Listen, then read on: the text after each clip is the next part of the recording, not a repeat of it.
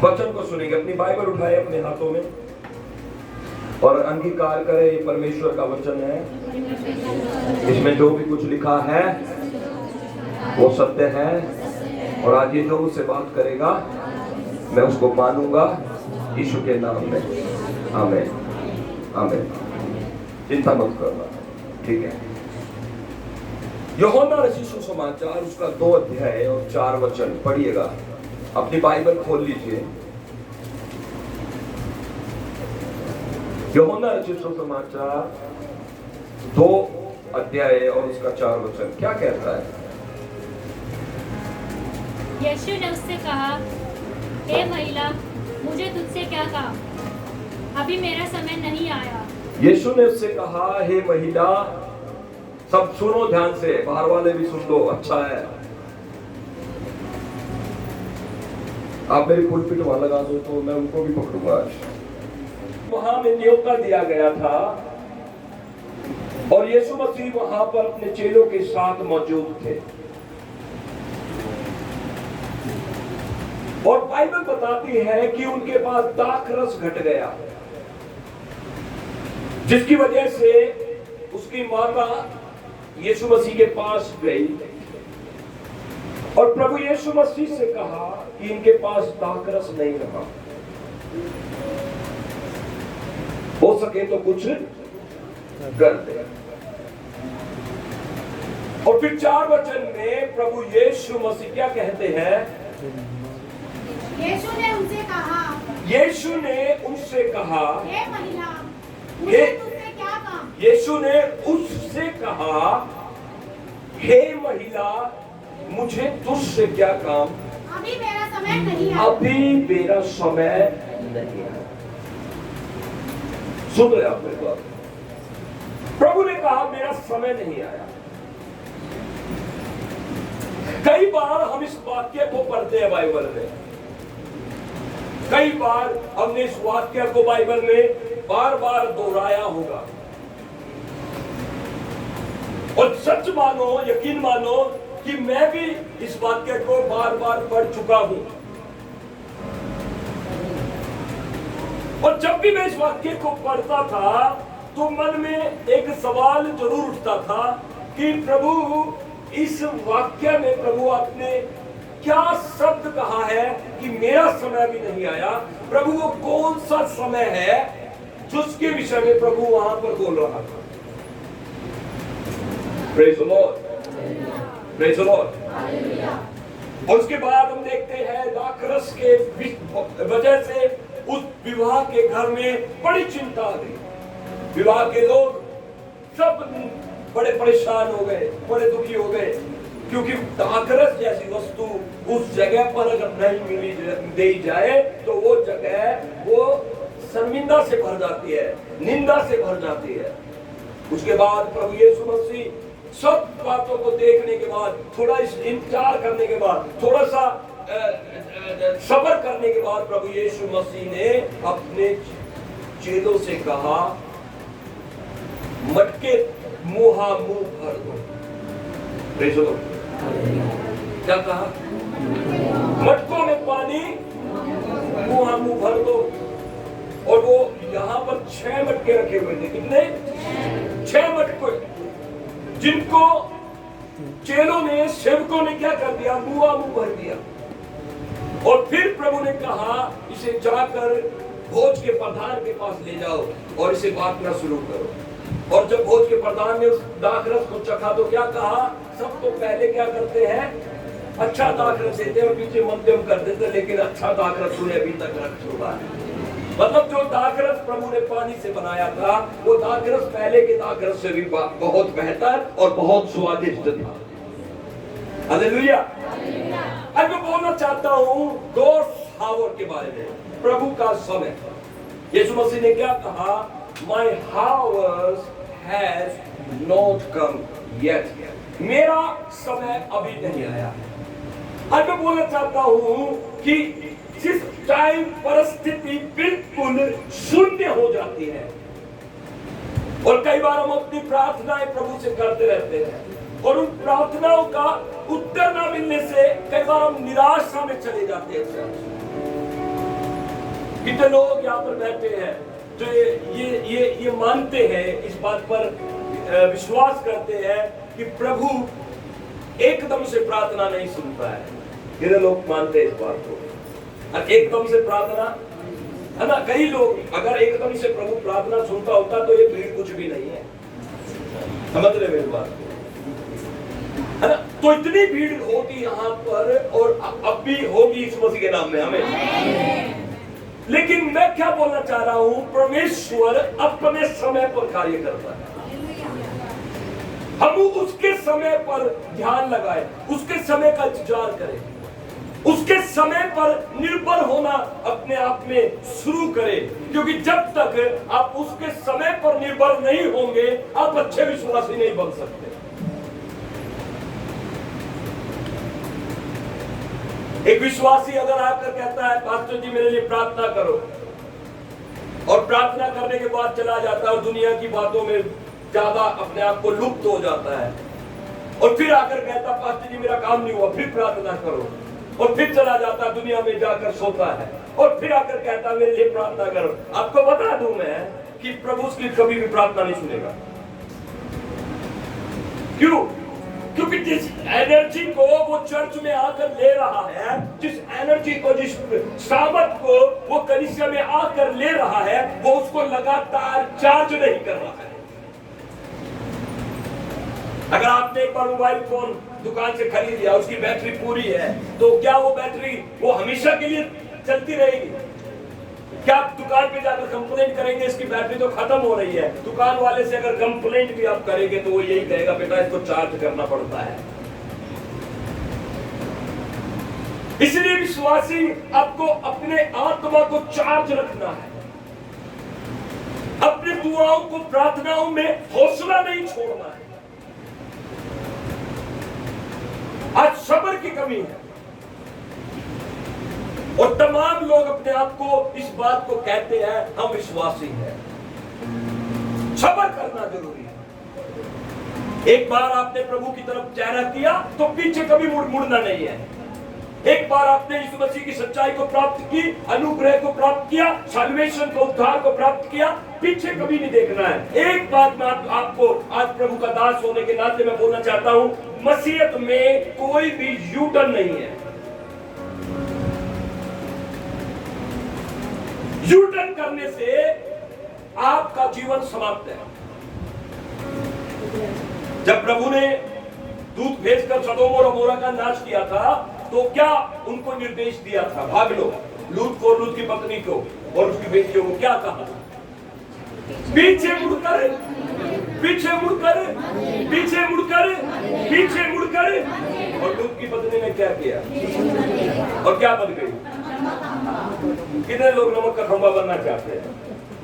पीछे मुड़कर देखते जाओ। यीशु मसीह को जानने के बाद, उस सच्चाई को प्राप्त करने के बाद, उस मुक्तिदाता की बलिदान को याद करने के बाद आप अपने जीवन में कभी भी पीछे मुड़कर नहीं देखना। यदि आपने पीछे मुड़कर देखने की कोशिश की तो मैं बता देना चाहता हूं, नमक का खंभा बनने के लिए आप तैयार हो जाओ।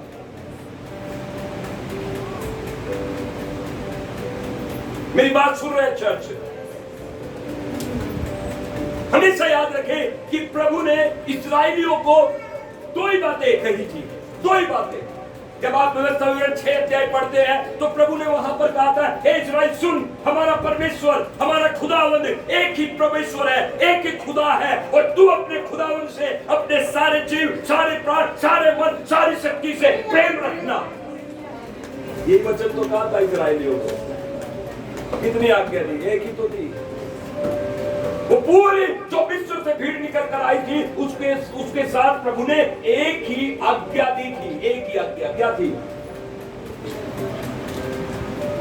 पढ़ लो, व्यवस्था विवरण 6 अध्याय निकाल कर पढ़ लो। मेरी तरफ मुंह देखने से काम नहीं बढ़ेगा। ये वचन आपको मैं इसलिए सुना रहा हूं ताकि आपके ऊपर आज का भाई हो, और जो यूटर्न करेगा मैं बताना चाहता हूं वो नमक का खंभा बनने के लिए तैयार हो जाए। क्या लिखा वचन में? देखिए व्यवस्था विवरण 6 अध्याय निकाल लीजिए। सब जन 4 वचन है शायद उसका।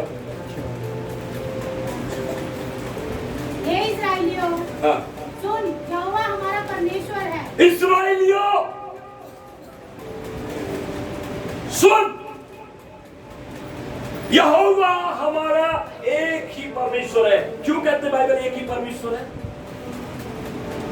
क्यों? क्योंकि सृष्टि किसी और ने नहीं की, एक ही परमेश्वर ने की है। क्यों कहती बाइबल एक ही परमेश्वर है? क्यों? क्योंकि ये समुद्र, चांद, सितारे, तारागण, ये सूरज, चंद्रमा, ये मनुष्य, ये पेड़, ये पौधे, ये जल, ये जीव जंतु, ये किसने बनाए हैं? या दो लिखा होता, या दो लिखा होता अगर दो होते परमेश्वर, यहां एक ही है।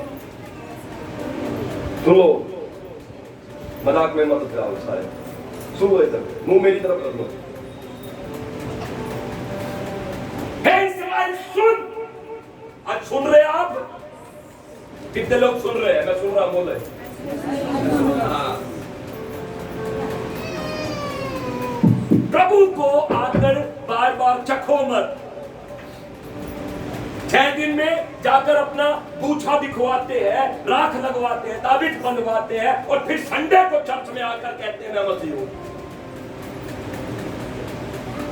इसका विचार तक आपके मन में ना आए। चर्च कितने भी परेशानी में क्यों ना जा रहे हो, कितने भी दुख में क्यों ना जा रहे हो, कितने भी मुसीबत में क्यों ना जा रहे हो, आपको याद रखना चाहिए कि प्रभु नियंत्रण किए हुए हैं।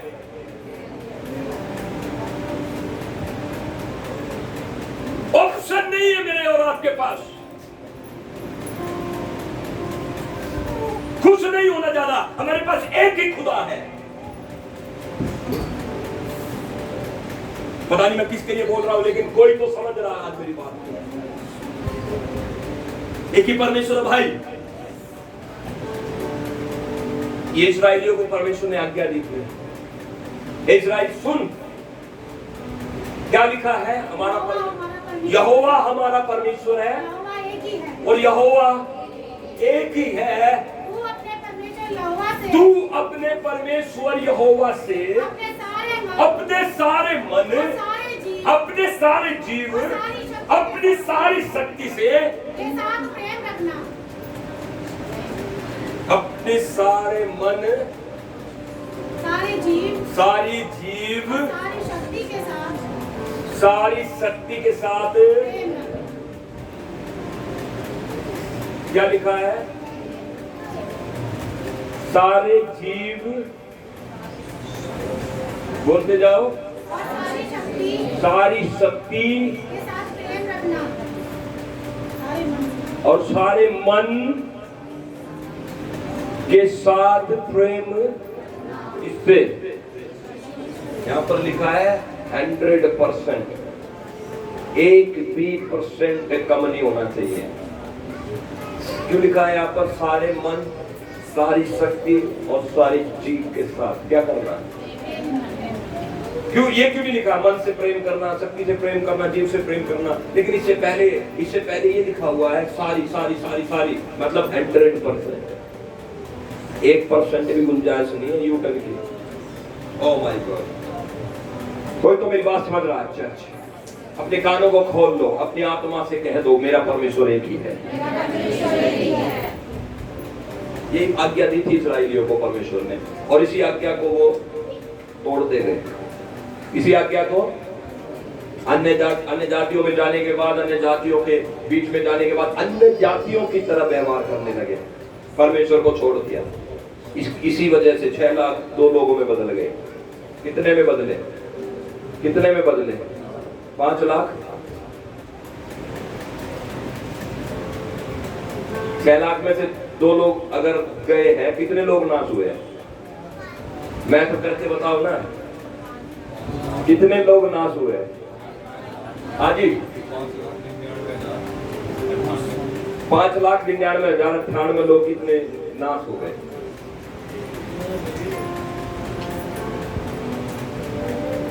कितने गए वायदे के देश में? क्योंकि एक आज्ञा उन्होंने संभाली नहीं। विश्वासियों सुन लो मेरी बात को ध्यान से, कभी भी यूटर्न नहीं देखना। यूटर्न नाम की चीज ही नहीं है। इसमें तो सिर्फ एक ही है, जैसे पाइप में किसी को डाल दो और बस वो फंस गया पाइप में। है ना? उसके बाद पीछे नहीं आ सकता, उसको सिर्फ आगे ही जाना होगा। Praise the Lord. रास्ता कहां पर मिलेगा? पीछे नहीं है, आगे मिलेगा, आगे। हालेलुया, बोले यीशु मसीह की। इसलिए प्रभु यीशु मसीह ने कहा, हे महिला, मेरा समय अभी मैं बात कर रहा हूं, उसके समय पर आधारित हो जाओ। प्रभु का समय कब आता है मैं बता दूं आपको। प्रभु का समय कब आता है? जो प्रभु ने ये प्रकाशन दिया है, उसको सुनो। प्रभु का समय जब हर एक परिस्थिति शून्य हो जाती है, वहां पर यीशु मसीह की एंट्री होती है। तो मेरी बात को सुनकर आपने ताली नहीं बजाई। सुनो मेरी बात को। जब राक्षस घटा, प्रभु ने काम नहीं किया, लेकिन जब वो खत्म हो गया, प्रभु ने एंट्री दी। क्या सीखते हैं हम? कि जब परिस्थिति शून्य पर आ जाती है, हालात बिल्कुल जीरो हो जाते हैं, उसके बाद प्रभु आता है और आपका हाथ पकड़ लेता है।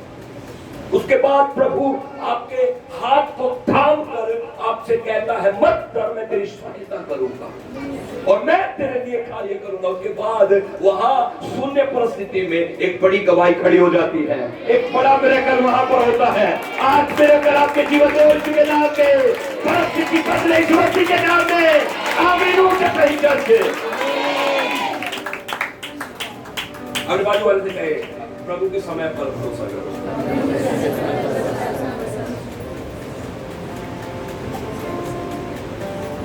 जब तक हमें प्रभु ने अवसर नहीं दिया, जब तक हमारे प्रेयर का आंसर नहीं आया, कंटिन्यू विद द लॉर्ड, अपने खुदा के साथ चलते रहना, हमेशा धन्यवाद करना, हमेशा बड़ाई करना, हमेशा तारीफ करना। मेरे साथ एक वचन निकालेंगे, न्यायों की पुस्तक, न्यायों की पुस्तक, उसका हम लोग निकालेंगे 6 अध्याय और 1 वचन से पढ़ेंगे। न्यायों की पुस्तक, उसका 6 अध्याय 1 वचन से यहाँ पर लिखा है, तब इस्राएलियों ने यहोवा की दृष्टि में बुरा किया, इसलिए यहोवा ने उन्हें मिद्यानियों के वश में 7 वर्ष कर रखा। 7 साल से मिद्यानियों के वश में थे इस्राएली लोग। कारण क्या था? इस्राएलियों ने 7 साल गुलामी में बिताए, मिद्यानियों के 7 साल मिद्यानी लोगों की गुलामी में थे इस्राएली। उसका कारण क्या था? यहोवा की दृष्टि में उन्होंने क्या कहा, क्या बुरा कर किया होगा। वही बात जो व्यवस्था विवरण 6 अध्याय और उसके 4 वचन में हमने पढ़ी है। अपने परमेश्वर से क्या करना है? क्या करना है? क्या करना है? अपने सारे मन से, सारे जीव से, सारी शक्ति से, यहोवा से प्रेम। और यहाँ पर हम क्या देख रहे हैं? इस्राएली लोग 7 साल गुलामी में निर्वासन में चले गए। साफ बाइबल बताती है 7 साल के निर्वासन में गए और इस्राएलियों के हालात बुरे हो गए थे और गुलामी जो थी वो बहुत ज्यादा भयंकर वाली थी। मिद्यानी लोग उनको बिल्कुल चैन से रहने नहीं देते थे इस्राएलियों को। वे तड़प रहे थे गुलामी में, भूखे मर रहे थे। कठिन परिस्थितियां, कठिन परीक्षाएं उनके सामने आकर खड़ी हो गई थी। छोटे से लेकर बड़े तक, बच्चों तक के साथ दुर्व्यवहार होता था, बच्चों तक के साथ दुर्व्यवहार होता था। और सबसे ज्यादा व्यवहार क्या होता था? जब भी लोग, इस्राएली लोग जाकर अपने खेत में बीज बोते थे तो मिद्यानी लोग अपने पशुओं को खोल देते थे और वो जाकर क्या करते थे? उसकी बोई हुई फसल को नाश कर देते थे। मिद्यानियों की दुर्दशा थी इस्राएलियों की। मिद्यानी लोग इतना बुरा व्यवहार करते थे, उनके पास खाने के लिए अनाज नहीं होता था, भूख से मरते थे वे लोग। और बाइबल इतना नहीं कहती है कि जो अगर बचा कुचा उनको फसल मिलता था, जब उसे छाटते थे, मिद्यानी लोग ऊंट पर सवार होकर आते थे और इस्राएलियों से वो बचा कुचा अनाज भी छीन कर ले जाते थे। इसलिए इस्राएली लोग अब वहां पर समतल एक चौरस स्थान में नहीं रहते थे। मिद्यानी लोग क्या, इस्राएली लोग क्या करते थे? जाकर उन्होंने अपने अड्डे कहां बना लिए? पहाड़ और गुफाओं में वो रहते थे, पहाड़ियों और गुफाओं में। और पीड़ा के समय में चले गए, दुख के समय में चले गए। ये वो लोग हैं जो यूटर्न मार गए थे। यूटर्न मार के कभी भी हमारे जीवन में हम सोचते हैं कि हमें कोई दूसरा परमेश्वर बचा लेगा। कोई परमेश्वर है ही नहीं है भाई। मैं फिर बोल रहा हूं, कोई है नहीं। There is no God beside Jesus। यीशु के सिवा, यीशु के अलावा, यीशु मसीह के बिना कोई परमेश्वर नहीं। एक गीत गाया, बड़े प्यारे हमारे भाई है, उन्होंने गीत गाया, मैंने ढूंढा ये सारा जहां तेरे जैसा मुझे कोई ना। इतना प्यारा एक गीत याद करता हूँ मैं, जब मैं वचन में प्रार्थना में बैठता हूँ तो ये गीतों को मैं गाता नहीं, मैं इनको याद करता हूँ। कितनी सुंदर वाणी है। There is no U-turn in Christianity। आपको बोलना चाहता हूँ, मसीहत में U-turn नहीं है। आपको बोल रहा हूँ बहन जी, मसीहत में U-turn नहीं है। और यहाँ पर सारे इस्राएली लोग जो थे, नगरों को छोड़कर कहां पर, 2 वचन पढ़िए, मिधानियों ने 2 वचन, और इस मिधानी हाँ इस्राएलियों पर प्रबल हो वे जीत गए। हाँ जी, मिधानियों के डर के मारे, मिधानियों के डर के मारे इस्राएलियों ने पहाड़ों के गहरे गड्ढों और गुफाओं और किलों को अपने निवास इसके डर के मारे बनाया। उनको अपने घर में नहीं रहना पड़ता, गुफाओं में वो रहते थे। ओ माय गॉड, अच्छा टाइम था, बहुत भयंकर टाइम था, बहुत भयंकर। किसी के पास खाना ना हो, किसी के पास खाने के लिए कुछ ना हो, उसका जीवन कैसा हो सकता है। यहाँ पर पूरी इस्राएली कौम क्या है, मिधानियों के वश में है, गुलामी में है, और पूरी परिस्थिति है, पूरा संघर्ष है। और बाइबल क्या कहती है, 7 वचन जल्दी से पढ़ेंगे। जब इस्राएलियों ने मिधानियों के कारण, जब इस्राएलियों ने मिधानियों की दुर्दशा के कारण यहोवा को दुहाई दी। ओह माय गॉड, ताली बजा के प्रभु का धन्यवाद।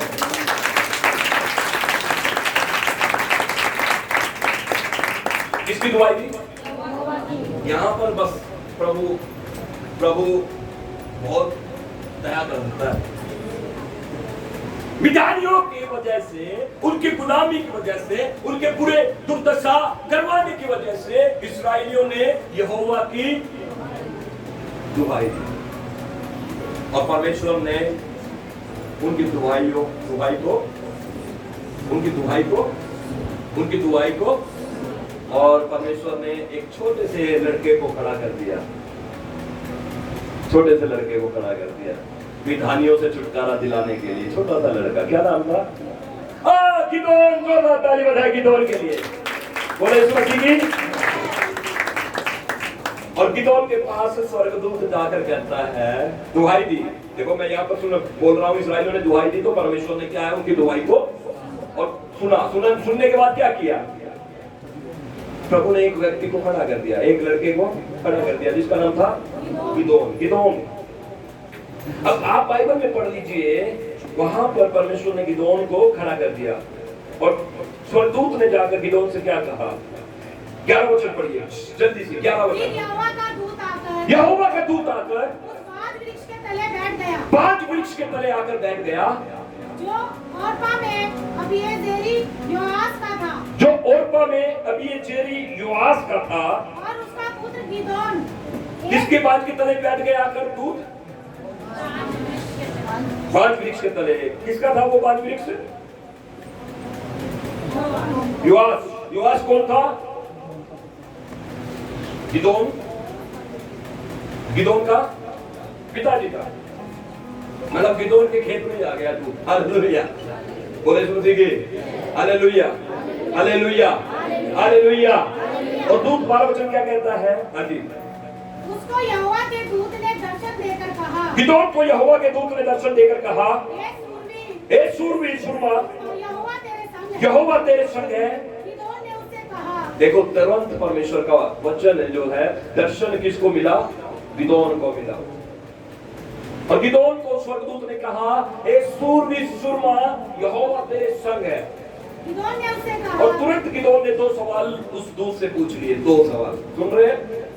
क्या कहा?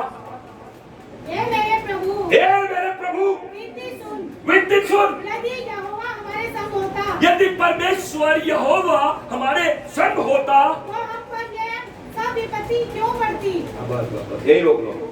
पहला सवाल गिदोन ने क्या कहा? स्वर्गदूत ने क्या कहा? स्वर्गदूत ने गिदोन से क्या कहा?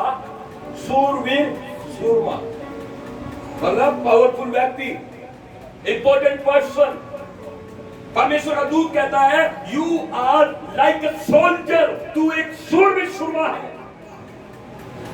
गिदोन कहता है, वो तो क्या कर रहा था गिदोन? वहां पर बैठकर क्या कर रहा था? गेहूं झाड़ रहा था। वो बचा रहा था, मिठानी आ जाए, ओ मिठानी आ गई तो वो सारा लूट कर चले जाएंगे। वो छिप कर क्या कर रहा था? वो डर कर क्या कर रहा था? अपने गेहूं झाड़ रहा था। और उस बांझ के तले वृक्ष के नीचे बैठे हुए स्वर्गदूत ने उससे कहा, हे सूरवीर सूरमा। वो तुरंत वो बड़ा इमोशनल हो जाता है गिदोन, इमोशनल हो जाता है। क्या कहता है? यहोवा तेरे संग। उसने क्या कहा था स्वर्गदूत ने? यहोवा। अब यहाँ पर गिदोन का सवाल शुरू हो जाता है। कहता है हे मेरे प्रभु, अगर यहोवा हमारे साथ होता तो ये हमारी ऐसी दुर्दशा। ऐसा लिखा क्या? 12 वचन में लिखा, 13 वचन में गिदोन ने उससे कहा, हे मेरे प्रभु विनती सुन, यदि यहोवा हमारे संग होता तो हम पर यह विपत्ति क्यों पड़ती? कई बार हम लोग ऐसी ही बातें बोलते हैं प्रभु से, क्योंकि हम टूटे हुए हैं, क्योंकि हम परेशान हैं, हालात विपरीत है, परिस्थिति गंभीर है, चीजें हमारे विरुद्ध में है। अब हमारे जीवन से कुछ भी अच्छा सुनने के लिए नहीं आ रहा है, इसलिए हम भी ऐसी नेगेटिव बातें, ऐसी नकारात्मक बातें अपने मुंह से बोलते हैं। स्वर्गदूत कहता है यहोवा तेरे संग है। वो कहता नहीं, हमारे साथ नहीं है। मुझे लग रहा है कि अगर वो साथ होता तो हमारी ऐसी दुर्दशा क्यों होती? भूख के लिए एक अनाज की एक अनाज की कनक के लिए हम तरस रहे हैं। गिदोन बड़ा भरा हुआ है, इमोशनल है, और वो दूध से कहता है। कई बार हम ऐसी बातें बोलते हैं, ऐसी वाणी हमारे मुंह से निकलती है। हमने ये नहीं सोचना कि हमने किया क्या था, हमने ये नहीं कहना कि हम कौन से पाप करके आए हैं, हमें ये नहीं कहना कि हम किस वजह से आज बीमारी भुगत रहे हैं, कर्जा भुगत रहे हैं, श्राप भुगत रहे हैं, दुष्टात्मा भुगत रहे हैं। ये नहीं सोचना हमने, लेकिन हमने ये बोलना हम तो प्रभु में हैं, हमें ये तकलीफ कैसे हो सकती है। और गिदोन भी यही कहता था, और गिदोन ने भी यही कहा, अगर प्रभु हमारे साथ होता तो हम ये दुर्दशा में ना होते। कभी अपने आप को जांचता नहीं, लोग जांचते नहीं अपने आप को। जांचते हैं कितने लोग? जांचते अपने आप को। जब परेशानी आती है कितने लोग जांचते अपने आप को? जब समस्या आती है जांचते हो अपने आप को। कहीं कभी बैठते हो और प्रभु की उपस्थिति में कभी प्रभु से पूछते हो क्या प्रभु मैंने कोई जाने अनजाने में कोई पाप तो नहीं कर दिया, कोई अपराध तो नहीं कर दिया, किसी को बुरा तो नहीं बोल दिया, किसी के ऊपर बुरी दृष्टि तो नहीं डाल दी? क्या हम जांचते हैं? गिदोन कहता है अगर परमेश्वर हमारे संग होता तो हम ऐसी दुर्दशा में। ये पहला सवाल। दूसरा सवाल उसने क्या किया? आगे बढ़ो। हाँ जी। और जितने आश्चर्य कर्मों का वर्णन हमारे पुरखा या कहकर करते थे, क्या यहोवा हमको मिस्र से छुड़ा नहीं लाया? वे कहाँ रहे? और दूसरा सवाल उसने किया कि वे प्रभु के काम कहाँ रहे? कौन से वाले प्रभु के काम? जितने हमारे पुरखा कौन थे जी? अब्राहम था, मूसा था, इसहाक था, याकूब था, है ना? ये पुरखा। मूसा की घटना को विशेष इस्राएली लोग याद रखते हैं, मूसा की बातों को। क्यों? मूसा को बहुत बड़ा नबी मानते हैं, याजक मानते हैं, भक्त मानते हैं परमेश्वर का, इसलिए मूसा को बहुत याद रखते हैं यहूदी लोग। तो वे तकरीबन उसकी बातों को ज्यादा याद रखते हैं, मिस्र की घटनाओं को ज्यादा याद रखते हैं। और पुरखा लोग क्या करते थे? यहूदी लोग क्या करते थे? उन्हें अपने बाल बच्चों को सिखाते थे, जो हमने वहां पर व्यवस्था विवरण 6 में पढ़ा था ना। प्रभु हमारा परमेश्वर एक ही है, तुमने यहोवा परमेश्वर को पूरे मन और पूरे शक्ति पूरी जीव से क्या करना। उसके बाद नीचे लिखा तू इन्हें मार्ग में चलते उठते बैठते लेटते अपने बच्चों को भी सिखाया करना। ये वहां पर लिखा है। बोले मसीह की। और वहां पर गिदोन को भी ये सुनने को मिला था कि परमेश्वर तो बड़े काम करता है, परमेश्वर ने तो लाल समुद्र को दो भाग किया, परमेश्वर ने तो मिस्रियों की सेना को लाल समुद्र में डुबा कर मार दिया, परमेश्वर ने तो ये किया। तो गिदोन ने भी ये बातें सुनी थी चर्चा में, तो स्वर्गदूत से कहता है कहां पे काम? हेलो, क्या कहता है दूसरा सवाल? कहां है वो? कई बार विश्वासी भी आकर पूछता है कहां है? मैं तो चंगा ही नहीं, और दूसरे की पथरी निकल गई, मेरी पथरी क्यों नहीं निकली? कई लोग कहते हैं ना, दूसरे को परमेश्वर चंगाई दी, मेरी चंगाई कहां है? दूसरे को परमेश्वर ने औलाद दे दी, मेरी औलाद कहां? भैया ऐसे सवाल मत करो, अपने समय पर, प्रभु ने कहा उसके समय पर भरोसा रखो, अपनी गवाही आपकी होगी इस मसीह के नाम में। गिदोन ने 2 सवाल पूछे। पहली बात, अगर प्रभु हमारे साथ होता तो गुस्सा नहीं होती। दूसरा सवाल गिदोन ने स्वर्गदूत से कहा, अगर प्रभु काम करता था तो आज क्यों नहीं कर रहा? उसका कारण आप पढ़ चुके हैं। प्रभु ने पहले ही कहा, न्यायों की 6:1 में कहा कि जब इस्राएलियों ने यहोवा की दृष्टि में बुरा किया, इसलिए यहोवा ने उन्हें मिधानियों के वश में 7 साल तक, और जब इस्राएली बड़ी दुर्दशा में थे, जीरो थे, शून्य थे और खत्म हो गए थे, कर्रा रहे थे, रो रहे थे, पीड़ित थे, चिंतित थे, गंभीर थे, मर रहे थे, प्रभु ने उनकी दुहाई को सुना और गिदोन को उस समय में खड़ा कर दिया। हालेलुया। गिदोन ने 2 सवाल जरूर पूछे, लेकिन उसके बाद भी परमेश्वर ने गिदोन को नहीं छोड़ा। गिदोन को नहीं छोड़ा। सवाल करना अच्छी बात है, लेकिन यू टर्न करना ये तो बहुत बुरी बात है। हालेलुया। सवाल किए गिदोन ने, क्योंकि वो गंभीर था, व्याकुल था, इमोशनल था, अपने लोगों के विषय में रोता था, चिंतित था, लेकिन उसने स्वर्गदूत को छोड़ा नहीं। उसने क्या किया? बाइबल क्या बताते हैं? आगे पढ़ दिए, आगे पढ़ो। अब तो यहोवा ने हमको त्याग दिया। अब तो हम कहने लगा, अब तो यहोवा ने हमें क्या कर दिया? त्याग दिया। और वो सोच रहा था, क्योंकि 7 साल से गुलामी में है, उनके विचार अब ऐसे हो गए। कई बार विश्वासी भी सोचते हैं, मैं नहीं हो रहा, मैं नहीं ठीक हुआ, तो हम सोचते हैं यार अब तो प्रभु शायद अब मेरे लिए काम नहीं करेगा, चलो एक काम करते हैं, चलो कोई दूसरा प्रभु ढूंढ लेते हैं, है ना। एक बात बताओ, मेरी सच बात बोलना, बच्चा नालायक होता है, कभी माँ बाप उसे छोड़ता है? कभी नहीं छोड़ता। पति नालायक होता है, पत्नी छोड़ती है? नहीं छोड़ती। पत्नी नालायक होती है तो पति छोड़ता नहीं। आज्ञा ऐसी है नहीं बाइबल में। तो प्रभु भी, हम नालायक हुए, लेकिन हमने पश्चाताप किया, दुहाई दी, परमेश्वर ने सुनी, और उस समय प्रभु ने सुनी तो गिदोन को परमेश्वर ने कह दिया, अब तू सारे इस्राएलियों को मिधानियों की गुलामी से छुड़ाएगा। डर गया गिदोन को, मैं? Are you serious God? क्या तू सच में ये बात बोल रहा मैं छुड़ाऊंगा? सारे सवाल जवाब होने के बाद, सारे आंसर क्वेश्चन होने के बाद, स्वर्गदूत से बात होने के बाद स्वर्गदूत ने कहा, सुन, आगे पढ़ लीजिए यहाँ पर 14 वचन। तब यहोवा ने उस पर दृष्टि करके कहा, अपनी इसी शक्ति पर जा, और तू इस्राएलियों को मिधानियों के हाथ से छुड़ाएगा। क्या कहा? तू इस्राएलियों को मिधानियों के हाथ से छुड़ाएगा। और आगे 14 में क्या लिखा है? 15 में उसने कहा, हे मेरे प्रभु, विनती सुन, मैं इस्राएल को कैसे छुड़ाऊं? गिदोन ने कहा, मैं इस्राएल को कैसे छुड़ाऊं? एक मेरा कुल मनसे में सबसे छोटा है, सबसे कंगाल है। फिर मैं अपने पिता के घराने में, और फिर मैं अपने पिता के घराने में सबसे छोटा हूँ। सबसे छोटा। क्या कहने लगा? प्रभु, मैं इस्राएलियों को छुड़ाऊंगा। गिदोन कहता है, प्रभु, मनसे में सबसे कंगाल हूं मैं,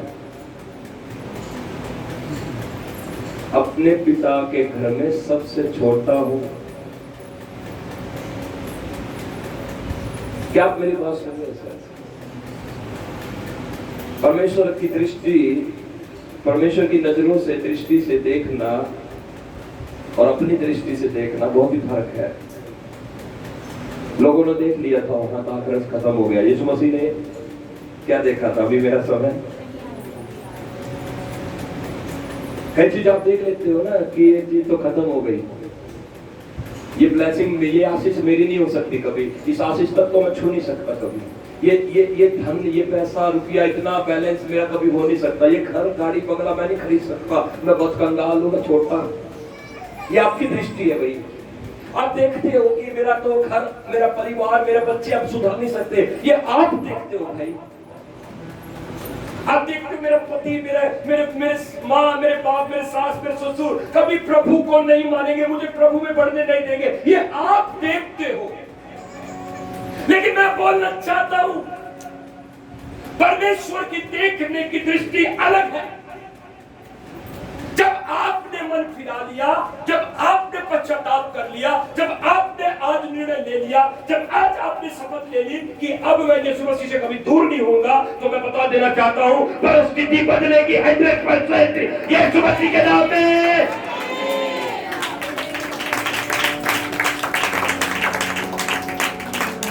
गिदोन कहता है मैं नहीं कर सकता, मेरे बस की बात नहीं है।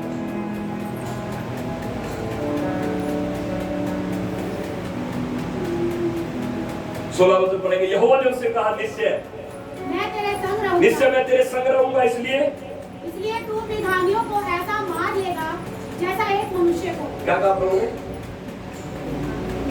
I will be with you।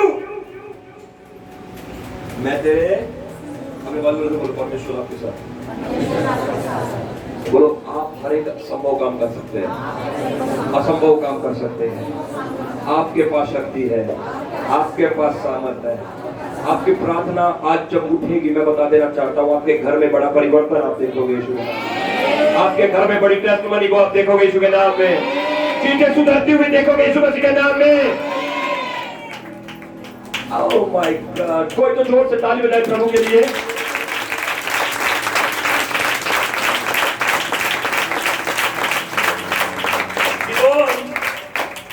Gideon अपने आप को बताता मैं कंगाल हूं, मैं छोटा हूं, तुच्छ हूं, लेकिन एक तुच्छ व्यक्ति को इस्राएलियों में से प्रभु चुन लेता है और कहता है मैं तेरे साथ हूं, तुम मिधानियों को ऐसा मार लेगा जैसे एक छोटी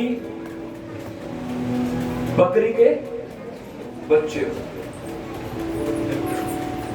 या जैसे एक मनुष्य को। हालेलुया। 17 वचन। गिदोन ने उससे कहा यदि तेरा अनुग्रह मुझ पर हो तो मुझे इसका कोई चिन्ह दिखा। अब समझ रहा है गिदोन धीरे धीरे कि ये जो मुझसे बात कर रहा है ये सच में कोई पावरफुल व्यक्ति है। आज मैं भी आपको बोल रहा हूँ, जो आज आप सुन रहे हैं ये सच में आपके जीवन में एक बड़ा बदलाव लेकर आने वाली है। ये वचन से आज आपके जीवन में मिरेकल होंगे यीशु के नाम में। ये वचन से आज से आपका आत्मिक जीवन बढ़ेगा यीशु मसीह के नाम में। आमीन। ऊंचा चर्च कहता है मुझे कोई चिन्ह दिखा। अगर प्रभु मेरे साथ है और मैं इस्राएलियों को मिदानियों से छुड़ा लूंगा तो मुझे कोई चिन्ह दिखा कि तू मुझसे बातें कर रहा है। जब तक मैं तेरे पास फिर आकर अपनी भेंट निकाल कर तेरे सामने न रखूं तब तक तू यहाँ से ना जा। उसने कहा मैं तेरे लौटने तक यहीं ठहरा रहूंगा। तब गिदोन ने जाकर एक बकरी का बच्चा और एक एपा मैदे की अख़मीरी रोटी तैयार की और तब सब मांस को टोकरी में और जूस को तसले में रखकर बाज वृक्ष के तले उसके पास ले जाकर दिया। परमेश्वर के दूत ने उससे कहा मांस और अख़मीरी रोटी को लेकर इस चट्टान पर रख दे और जूस को उंडेल दे। उसने ऐसा ही किया। तब यहोवा के दूत ने अपने हाथ की लाठी को बढ़ाकर मांस और अख़मीरी रोटियों को छुआ और क्या हुआ? रोटियों को छुआ और चट्टान से और आगे जिससे मांस और अख़मीरी रोटियां। आपको बताइए क्या था? ये था गिदोन परमेश्वर के लिए थैंक्स गिविंग लेकर आया था। आज हम सब यहाँ धन्यवाद के साथ आए हैं। कितने लोग धन्यवाद के साथ आए? महीने में सुनिए ये परमेश्वर का भवन है। जब भी महीने के पहले रविवार में हम आते हैं, चर्च में आते हैं, you must have a heart of Thanksgiving. आपके अंदर आपका हृदय धन्यवाद से भरा होना चाहिए। आमीन। दूसरा, आपके हाथ में कुछ होना चाहिए। गिदोन भाग कर गया, अपने पशुओं में गया, वहां से एक बछड़ा लेकर रोटी, अखमीरी रोटी बनाई, जूस तसले में रखा और जाकर वो भेंट किसको दे दी? यहोवा के दूत को दे दी। और यहोवा के दूत ने उससे कहा, इसको चट्टान पर रख दे। इसे किस पर रख दे? चट्टान कौन है? पुराने नियम में जहां चट्टान है वो मेरा प्रभु यीशु मसीह है। आमीन, हालेलुया, हालेलुया। तो धन्यवाद की भेंट कहां पर जानी चाहिए? यीशु मसीह के पास। हालेलुया। और वो जब चट्टान पर रखी तो क्या हुआ? आग से वो क्या हो गई? आग से क्या हो गई? भस्म हो गई। बोले यीशु मसीह की, आग से वो भस्म हो गई। दैट मीन उसका वो भेंट प्रभु ने एक्सेप्ट कर लिया। आज आपकी भेंट प्रभु ने एक्सेप्ट कर ली है। आज आपकी भेंट प्रभु ने एक्सेप्ट कर ली है। आज आपकी भेंट प्रभु ने एक्सेप्ट कर ली है। आपकी भेंट एक्सेप्ट हो चुकी है। आमीन। ऊंचा कहीं चर्च। जो भी कुछ हम प्रभु के लिए करते हैं, हम बीज बोते हैं, हम अपना दान दशमांश देते हैं, अपनी भेंटों को लाते हैं, स्वीट लाते हैं, रसगुल्ले लाते हैं, कुछ भी लाते हैं। Everything whatever we are doing in church, हम चर्च में जो भी कुछ करते हैं वो प्रभु के लिए करते हैं और वो प्रभु भेंट को रिसीव करता है। Praise the Lord. उसके बाद गिदोन की आंखें खुली और उसने ये जान लिया कि सच में मुझसे यहोवा ने वादे की है। हालेलुया। उसके बाद क्या लिखा पढ़िएगा? 22 वचन। जब गिदोन ने जान लिया कि वह यहोवा का दूत था, तब गिदोन कहने लगा, हाय मेरे प्रभु यहोवा, मैंने तो यहोवा के दूत को साक्षात देखा। यहोवा ने उसे कहा, तुझे शांति मिले, मत डर, तू ना मरेगा। तब गिदोन ने वहां यहोवा की एक वेदी बनाकर, उसका नाम क्या रखा? जोर से बोले। आपके चर्च का नाम क्या है? और बाइबल बताती है गिदोन की जब भेंट को एक्सेप्ट किया गया, जब गिदोन की भेंट को प्राप्त कर लिया गया, उस समय गिदोन को शांति दे दी गई। आज शांति आपको मिले यीशु मसीह के नाम में। आज शांति आपके घर में हो यीशु के नाम में। आज शांति आपके परिवार में हो यीशु के नाम में। आज शांति आपके देश में हो यीशु के नाम में। जोर से कहियो मत छालो।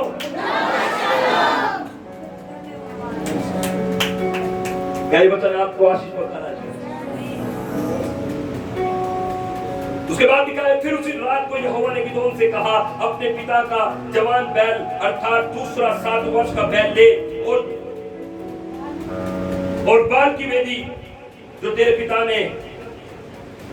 पिता की है उसे गिरा दे, जो अशेरा देवी और उसके पास है उसे काट डाल। दूसरा काम क्या किया गिदोन ने? पहली काम क्या किया? थैंक्सगिविंग की। बोलो। दूसरा काम क्या किया? वेदी तोड़ दी, बाल की और अशेरा की वेदी। आप समझ रहे कि उसकी दुर्दशा का कारण क्या था? इस्राएल की दुर्दशा का कारण क्या था? परमेश्वर को छोड़कर बाल और ऐसी देवी देवता ऐसा कुछ उन्होंने अपनाया था, तो वो गुलामी में थे। यस और नो? और पहला दूसरा काम क्या किया? परमेश्वर ने कहा एक बैल ले और एक जवान बैल ले 7 वर्ष का, उसे जाकर अशेरा की वेदी पर चढ़ा दे, घुमा दे, तोड़ दे। क्या सीख रहे आप चर्च? वेदी तोड़ दो। आज गिदोन ने दूसरा काम किया, वेदी, ऐसा विचार जो आपको प्रभु से दूर ले जाता है, आज उसे तोड़ दो। क्या सितंबर महीने के लिए वचन है। और गिदोन ने क्या किया? एक बैल लिया, एक 7 वर्ष का जवान बैल लिया और अशेरा की वेदी पर चढ़ा दिया, अशेरा की वेदी पर उसको घुमा दिया और तोड़ दिया उस वेदी को। और आगे आप पढ़ेंगे तो उसका क्या लिखा है? पढ़िएगा। और उस दृढ़ स्थान की चोटी पर ठहराई हुई रीति से अपने परमेश्वर यहोवा की एक वेदी बना। और अंधकार की वेदी तोड़ी, बाल की वेदी तोड़ी, अशेरा की वेदी काट डाली। गिदोन ने रात को किया ये काम। कब किया? कितने लोग रात को प्रार्थना करते हैं? जोर से बोले। रात को आकर बोले। Every night you must pray. आज सितंबर के महीने में मैं आपको एक बात बोलना चाहता हूँ, 12 से 1 बजे आपका प्रार्थना का टाइम होना चाहिए। आमीन किसी का सुनाई नहीं दिया। लड्डू बटेंगे तो आमीन सुनेगा। आज भोजन में मैं बना के दे रहा हूं तो आमीन सुनेगा। मेरे भाइयों, आपको आमीन बोलना, इससे बड़ी बात कुछ नहीं हो सकती। प्रभु के दास ने आपको निर्देश दिया है 12 से 1 आपका प्रार्थना का टाइम होगा तो होगा। और आप बड़े कामों को देखोगे इस मैदान में, असंभव को संभव तो दिखेंगे इस मैदान में। आमीन उसका कहीं चर्च इन्होंने उस वेदी को तोड़ दिया और एक वेदी बनाई। जोर से बोले।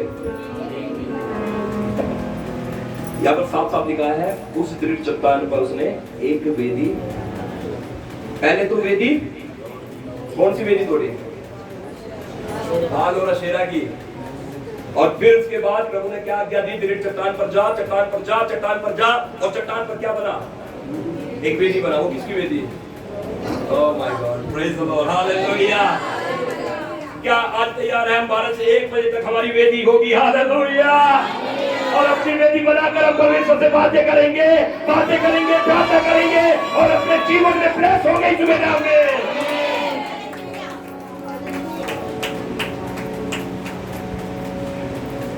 मैं केवल तुझसे We are not going to sing this song, but we are listening to the word of God.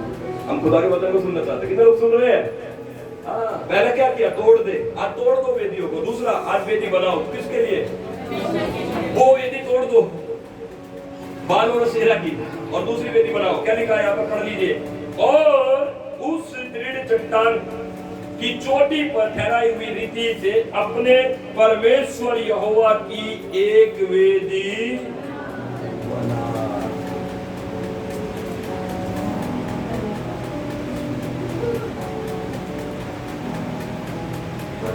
तब उस दूसरे बैल को ले और उस असेरा की लकड़ी जो तू काट डालेगा जलाकर होम बलि चढ़ा। उसी से उस बाल की, असेरा की वेदी से काटी हुई लकड़ी ने जो वेदी यहोवा के लिए बनाई है उसे वहां पर जला। हालेलुया। आपके बुरे विचार, पाप, झूठ, चोरी, नशा, बीड़ी, सिगरेट, आज उस आग से, पवित्र आत्मा की आग से जला। आप जला दो। कोई तो 3 बार कहे होली गोस्ट फायर, और जोर से कहे Holi ghost fire, Holi ghost fire. उसे जला। तब गिदोन ने अपने संग 10 दासों को लेकर यहोवा के वचन के अनुसार किया, परंतु अपने पिता के घराने और नगर के लोगों के डर के मारे यह काम उसने दिन को ना कर सका। तो क्या किया? बाल और असेरा की वेदी तोड़ना आसान बात नहीं था। उसने क्या किया? इस्राएलियों से डरता था कि मुझे पकड़ेंगे तो बहुत मारेंगे। 10 दास लिए, 10 को बोला भाई आज रात हम हवा करेंगे, और 10 ने रात को सारे काम कर दिए। बोलो इस मसीह की। और उसके बाद क्या लिखा है? नगर के लोग सुबह उठकर क्या देखते हैं कि बाल की वेदी गिरी पड़ी है और उसके पास की असेरा की कटी पड़ी है और दूसरा बैल बनाई हुई वेदी के ऊपर चढ़ा हुआ है। तब वे आपस में कहने लगे ये काम किसने किया? शैतान कब काम करता है? शैतान कब काम करता है? अनजान ना रहना इस बात से। जब आप सो जाते हो, रात को नहीं, जब आप रात को थोड़ा काम करता है। मसीहत में जब आप सो जाते हो, विश्वास में सो जाते हो, प्रार्थना से सो जाते हो, है ना, प्रभु की आज्ञा मानने से सो जाते हो, वचन मानने से सो जाते हो, तो वो क्या करता है? रात को काम करता है। इसलिए प्रभु ने क्या कहा? गिदोन से तू वेदियों को तोड़ दे। और गिदोन ने रात के समय वेदियां तोड़ी और सुबह उठकर देखता तो क्या देखते हैं? नगर के लोग क्या देखते हैं? वेदी टूटी पड़ी है। वे आपस में पूछते सबसे ये काम किसने किया? तो पूछताछ करने के बाद नाम किसका आता है? गिदोन का। तो लोगों ने क्या किया? इस्राएल लोगों ने कहा सुन गिदोन, तू ये काम किससे पूछ के किया? गिदोन कहता है परमेश्वर ने मुझसे कहा, मेरे परमेश्वर यहोवा ने मुझे दर्शन दिया। मेरे परमेश्वर ने कहा कि इस्राएल में अब कोई देवी देवता नहीं होगा, इस्राएल में एक ही परमेश्वर होगा, यहोवा। बोले इस मसीह की। तब इस्राएल लोगों ने क्या किया? गिदोन को बहुत श्राप दिए। पता आपको? जब आप बाइबल आगे पढ़ेंगे तो गिदोन को श्राप दिए और उन्होंने कहा, वे उसके पिता के पास गए, योआश के पास गए, कहते हैं अपने बेटे को बाहर निकाल, हम मारेंगे, काटेंगे। लेकिन लोगों ने कहा ना ना ना ना, सुनो, वो कहता है यहोवा ने मुझे दर्शन दिया है, यहोवा की वजह से मैंने तोड़ा है। तो लोगों ने श्राप दिया कि सुबह नहीं देख पाएगा गिदोन। असेरा और बाल उसे क्या है, खुद न्याय देंगे। Oh my God. असेरा और बाल उसे खुद न्याय देंगे। और लोगों ने कहा अगर इसने असेरा और इसकी वेदी को तोड़ा है तो गिदोन ये न्याय खुद प्राप्त करेगा और ये मर जाएगा, सुबह नहीं देखेगा। गिदोन ने कहा ठीक है, ठीक है भैया, जिसके पास यहोवा है उसे कोई श्राप नहीं लग सकते। भाई अच्छा बताती है, इस्राएल पर कोई मंत्र नहीं चलेगा, कोई जादू पर थारी कहना, दोनों पेट। हालेलुया। अगर तुम्हें देखने को मिला, लोग समझ गए, रात को भी गिदोन बढ़िया खराटे से सोया, सुबह भी उठकर उनके बीच में खड़ा हो गया प्रधान जी, और फिर जाकर उनको नमस्कार करता, जय हो। वो कहते लगे अरे भाई सच में यार, इसको परमेश्वर का दर्शन दिलाए, प्रभु का दास है, आइए सब इसके पीछे हो लो। और गिदोन ने कहना शुरू करा, सुनो परमेश्वर ने कहा मिदानियों से हम छुटकारा पाएंगे। हालेलुया। मिदानियों से हम छुटकारा पाएंगे, गुलामी से छुटकारा पाएंगे। जो मिदानी हमारे बीज पर अटैक करता है, जो हमारे गेहूं पर अटैक करता है, जो हमारे खाद्य पदार्थ पर अटैक करता है, उनसे तुम्हें यहोवा स्वतंत्र करेगा। वो सब एक हो गए। हालेलुया। और अगले अध्याय में आप देखने पाओगे, 7 अध्याय में, मैं आपको पढ़वा नहीं रहा, सुना रहा हूं। 7 अध्याय में देखते हैं सब लोग एक हो जाते हैं और उसकी बात पर विश्वास कर लेते हैं। और 7 अध्याय में गिदोन अपनी सेना इकट्ठी करता है और 32,000 लोग लेकर मिधानियों से लड़ने चलता है। कितने? जोर से बोले, खत्म कर रहा हूं मैं, जोर से बोलो। मिधानियों से लड़ने के लिए जाता है और 32,000 लोगों को छाड़ लेता, बढ़िया बढ़िया तगड़े तगड़े, और जाकर उनसे लड़ने की तैयारी बैठा देता है। हालेलुया। लेकिन प्रभु रोक देता है, सिर कहता है आगे नहीं जाएगा कोई, लोगों से कह दे। 2 वचन में 7 का 2 पढ़ेंगे। तब यहोवा ने गिदोन से कहा, जो लोग तेरे संग हैं वे इतने अधिक है, मिधानियों को उनके हाथ से नहीं, मैं हाथ नहीं कर सकता, तो इसलिए इस्राएल ये कहकर मेरे विरुद्ध अपनी बड़ाई करने लगेंगे कि हम अपने भुजबल से पर बचे हैं। कितने लोग थे? परमेश्वर ने रोक दिया। भैया मैं कितने लोगों के साथ मिधानियों को यहाँ से दुर्दशा से छुड़ाऊंगा, नहीं गुलामी से नहीं छुड़ाऊंगा। इतने लोग हैं, कल को ये बच जाएंगे तो क्या कहेंगे कि हम अपने भुजबल से बचे हैं।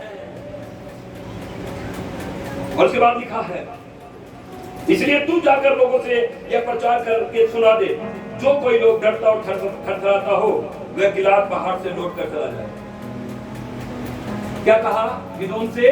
जो कोई डरता और थरथराता हो, लड़ने में जाने की रुचि नहीं रखता हो और मिधानियों से डरता हो, क्योंकि मिधानी पता क्या थे, आपको आगे आगे चैप्टर बताएगा। मिधानी लोग इतने थे कि उनके छावनी से पृथ्वी भरी हुई थी। उनके योद्धा, उनके सैनिक इतने थे, वे बालू के किनके के समान उन पर डेरा डाले हुए थे। ये तो 32,000 लोग लेकर भी जा रहा था, तब भी उनके सामने ये कुछ नहीं थे। फिर भी परमेश्वर ने उसे रोक दिया।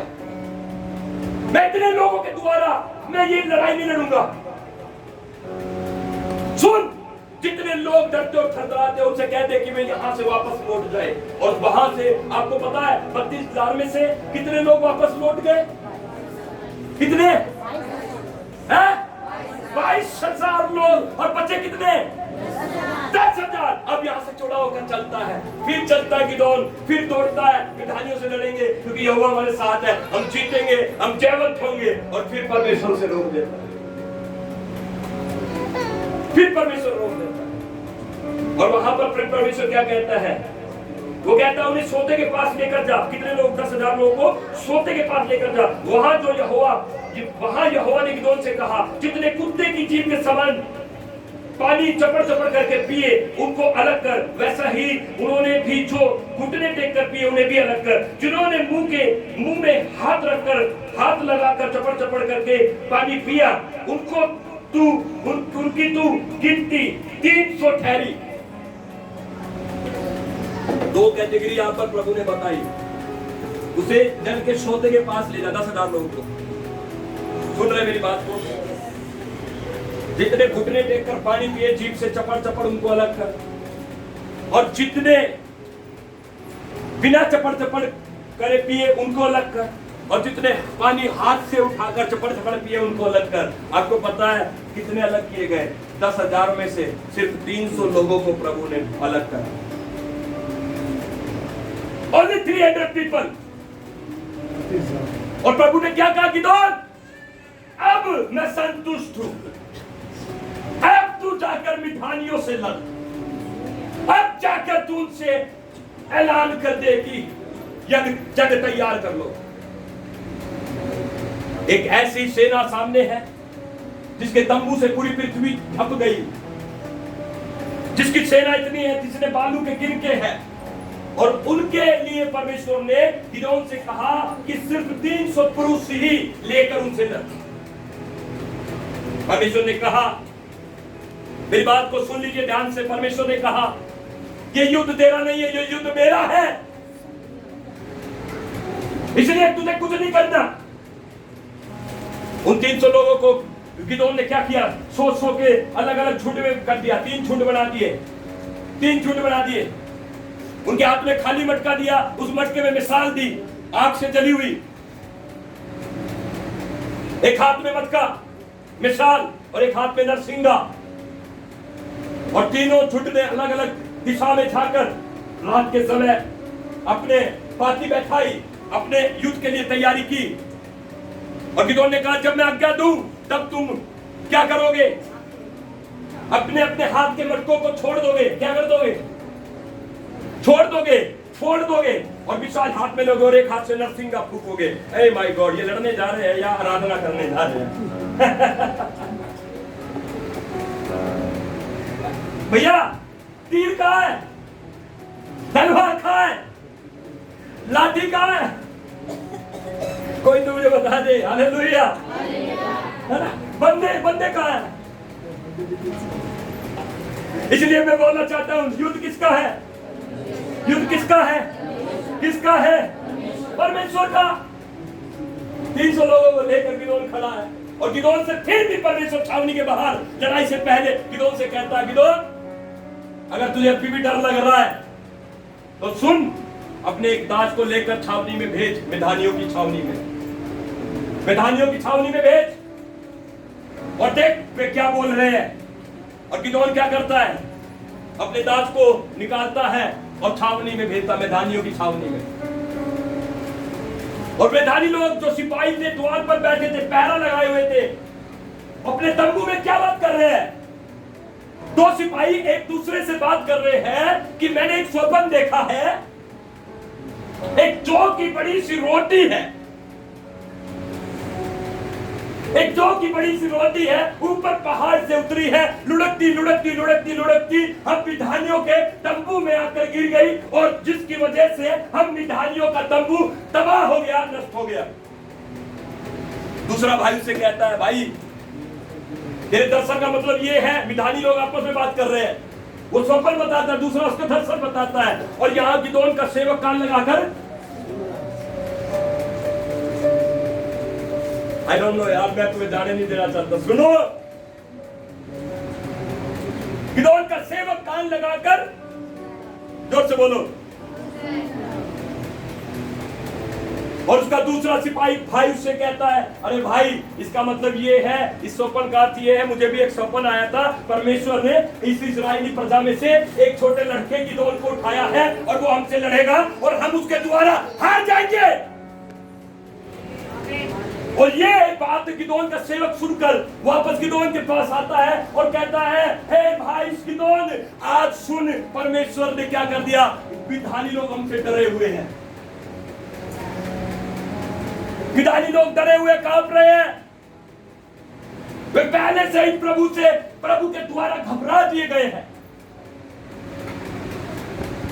और गिदोन को हौसला मिलता है, गिदोन कहता है हमला किया जाएगा, 300 लोगों को लेकर कहता है, सब 300 लोग अपनी मसाले जलाओ, अपना घड़ा ले लो, नरसिंगा हाथ में ले लो, पहले घड़ा फोड़ देना गिराकर, मिसाले हाथ में ले लेना और जोर से नरसिंगा फूंकना, और ये कहना यहोवा की तलवार और गिदोन की तलवार। उसके विरोधियों पर चल रही है। यही चिल्लाना है, यहोवा की तलवार, गिदोन की तलवार उसके शत्रुओं पर चल रही है। यहोवा की तलवार और गिदोन की तलवार उसके शत्रुओं पर चल रही है। उन्होंने आगे बढ़कर छावनी के नजदीक जाकर एकदम से जोर से 300 मटके फोड़ दिए। जिन मटकों की आवाज से मिठानी लोग अपने तंबू छोड़कर भागने लगे। हालेलुया।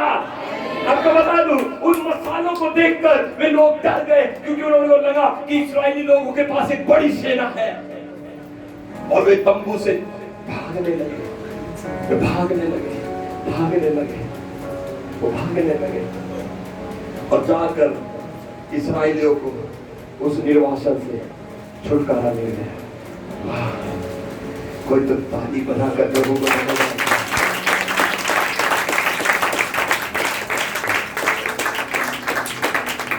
जिस लड़ाई को हम देखते हैं वो असंभव है ना, जिस काम को हम देखते हैं ये नामुमकिन, वो काम तो पहले ही जीत रखा है परमेश्वर ने, वो जीता हुआ है। आपकी लड़ाई जीती हुई है, आपकी लड़ाई जीत ली गई है। और गिदोन की तरह आप तो छोटे हैं, निर्बल है, कमजोर है, लेकिन आपकी लड़ाई जीत ली गई है। और बाइबल बताती है, और उन्होंने ओरेब में जेब नामक मिधान के 2 हाकिमों को पकड़ा, ओरेब को और ओरेब नामक चट्टान पर, और जेब को जो जेब नामक दाखरस के कुंड पर घात किया। वे विधानियों के पीछे पड़े, और ओरेब और जेब के सिर गर्दन के पार गिदोन के पास लाए गए। ये दोनों प्रधान थे विधानियों के। कोई तो जोर से ताली बजाए प्रभु की महिमा के लिए।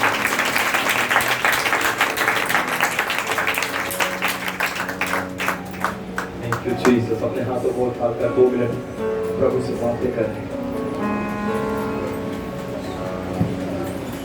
प्रभु ने कहा मेरा समय अभी नहीं है।